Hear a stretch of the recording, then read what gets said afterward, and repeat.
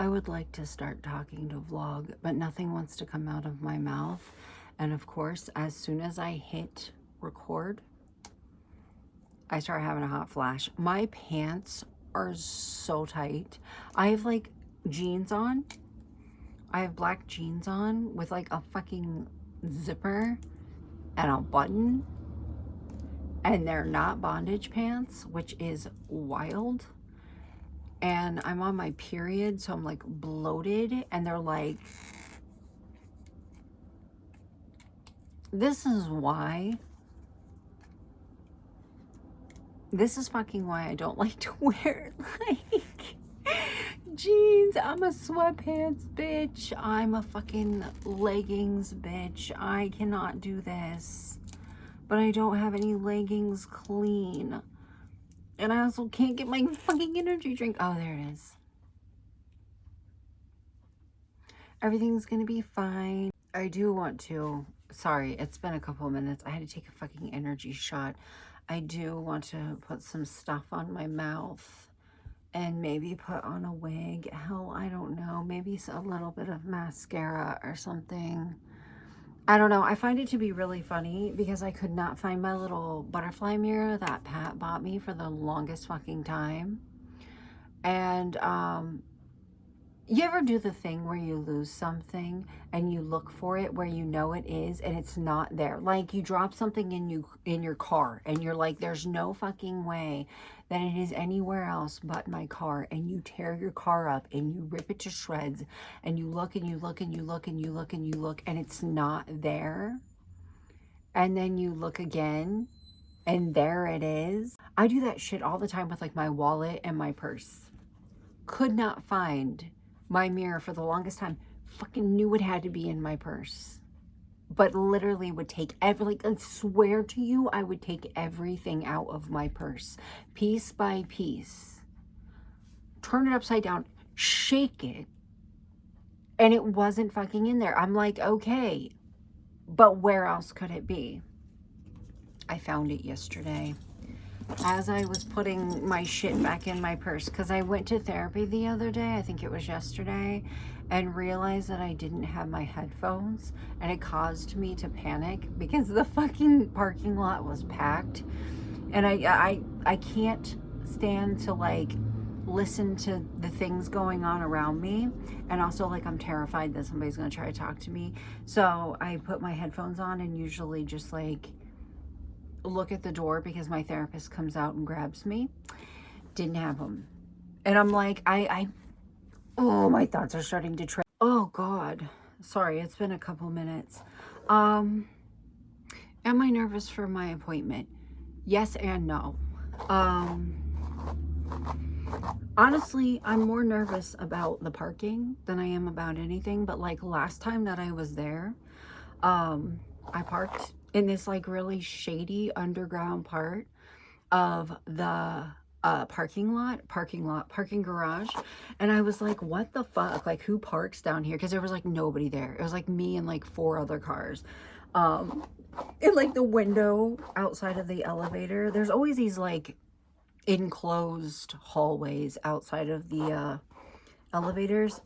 Down in the basement, it's busted all to shit. So I was like, oh, this feels safe. This feels not shady at all. But I was like, oh my God, the first time that I did it, now I'm like, if there's nowhere else to park, I'm just gonna fucking park underground again. Like, I don't know. It wasn't bad. I was more so concerned about it being hard to get out of, and it wasn't at all. And like, yeah. But I'm more worried about the parking. Will I start panicking after I'm parked and I don't have to worry about that anymore? Maybe. Maybe. But as of right now, I don't know. I am, but I'm not. I just kind of feel like whenever you have a lot of health issues and a new health issue potentially arises, you're just kind of like, you know what I mean? The thing that I'm most like anxious about is honestly just getting to the point of feeling better. Just doing what I need to do, getting where I need to go to feel better. That's what I'm most like nervous, anxious And weirdly, I hate to use this word, but I don't know how to, like, else to describe it, but kind of excited to feel better. I don't think anybody's excited to have a new health issue pop up. And also, I haven't seen the doctor yet. So I'm kind of talking like I already have, and I haven't. I don't know what's going to happen.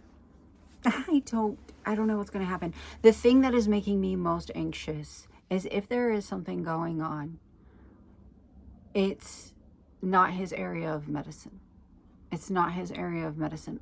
He just knew that everything that we're doing for my asthma at times is not enough, and that I don't feel good, and that when I was going in there talking to the nurse practitioner and would tell her my concerns, she would brush me off and say, it's not our area of medicine. And he, as a doctor, was like, we have to look at the full picture, because I don't want to be pumping you full of shit that you don't need, that's not helping you, if something else is going on. So that's why he decided to look at my heart. But he, if something is going on beyond what they've already found in my CT scan, is going to have to give me to another doctor whose area of medicine is that. And I am nervous about, like, that. You know what I mean? It's like building rapport with a doctor sucks. That's why I love my psychiatrist. I've been with him for 8 years. I've been with my psychiatrist for 8 years. Like, I love my psychiatrist. I've had him for so long. But like building rapport, oh my God. I just went to grab my mascara and accidentally grabbed the one. But like building rapport with doctors that you know you're going to have to see for a long time, if not forever, I get nervous about it. You know what I mean? Especially if you have to see them frequently, because I have to see my psychiatrist frequently. And also I'm like nervous about how long it's going to take to get into a doctor if I need one. If I need a doctor for my heart, I'm nervous about how long it's going to take. But this is me like assuming that I will. We're going to assume everything's going to be okay. We're going to assume I'm trying to not. I just know with everything in me that I don't feel well. And that my Fitbit, sorry for sniffling, but my Fitbit is like reinforcing that. Do you know how often like Apple Watches and Fitbits and shit like that catch heart issues? A lot. All right, I'm going to put a little bit of mascara on. It's 8:55. My appointment is at 9:30. I'm going to put my mascara on. I'm trying to figure out how cold it is out. It's 38. That's not that bad. It's definitely jacket weather. I think I'm going to put on an extra layer of deodorant because I feel stress sweat coming. And stress sweat versus deodorant.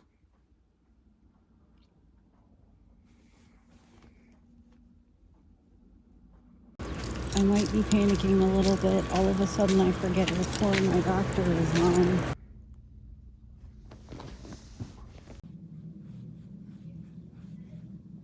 Oh, I can't breathe. Okay, so my plan was to leave here like 20-30 minutes early and vlog a little bit in the parking lot, like sitting in the Jeep.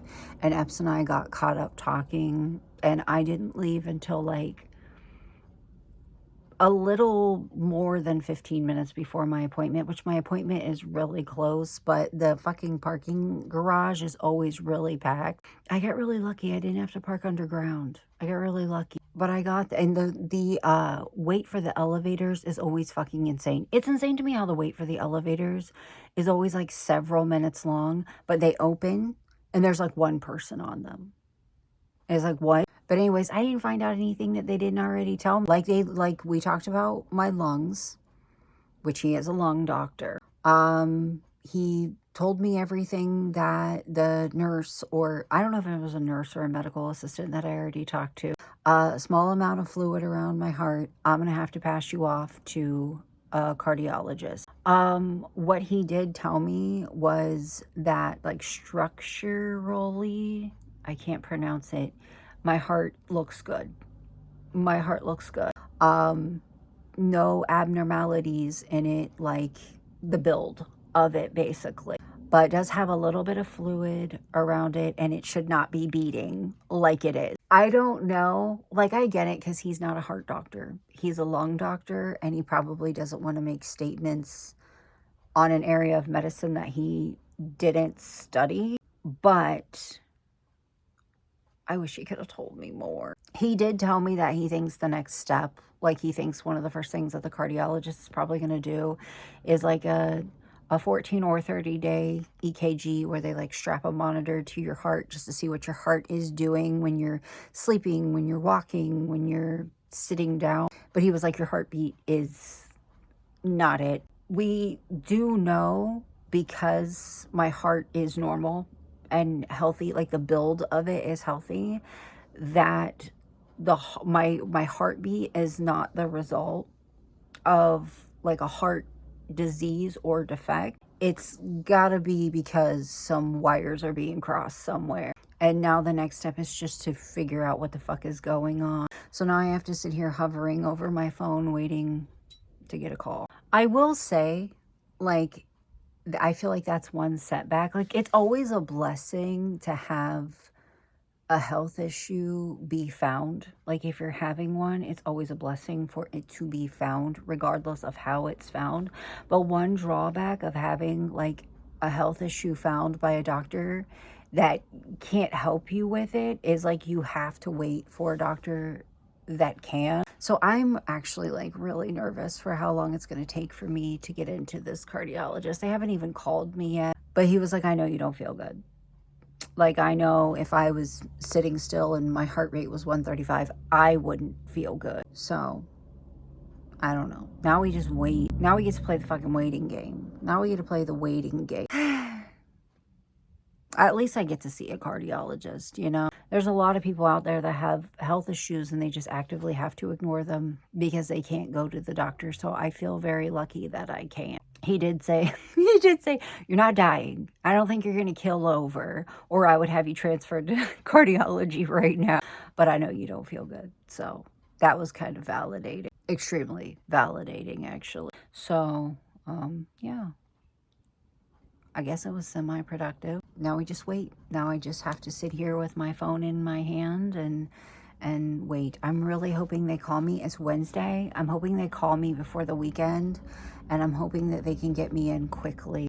This is probably like extremely wishful thinking, but I'm kind of hoping, because the cardiologist is in the same network as my doctor, that they can just get into my shit and see what my lung doctor had done and like look at those results as well. Because a lot of times with doctors, like, they'll see you for a health issue and then they'll find the health issue and then they'll pass you on to a different doctor, and that doctor will have their own tests done and you just have to repeat the test. I'm kind of hoping, because they're in the same network, that he'll just look at what I've gotten done and then order other tests, because it took me 2 months to get into that fucking echo. I hate the waiting game. I hate the waiting game. And I feel like a brat about it. I'm just in a rush to feel better, is what it is. Anyways. I feel like I'm going to get a nosebleed. Oh my God, before I end this video, I just want to listen. He was trying like really hard to comfort me about it. Like, he was trying to make me like feel better about how scary this is. He was like, I know it's not good for your heart to beat like that, and I know that you don't feel good because of it, and it's not good for it. It's not good for your heart to beat like that. But he was like, but it takes years and years and years of it acting like that for it to start like wearing on your heart. Because my heart, like it, to look at it, it looks fine. My valves look good. There's no swelling, nothing. It just, if you cut it out of my chest and you looked at it, it would look ideal. But he was like, it takes years. Like, I'm just going to tell you, like, you don't feel good, and that should not be happening. But I promise you, I'm going to get you into a cardiologist.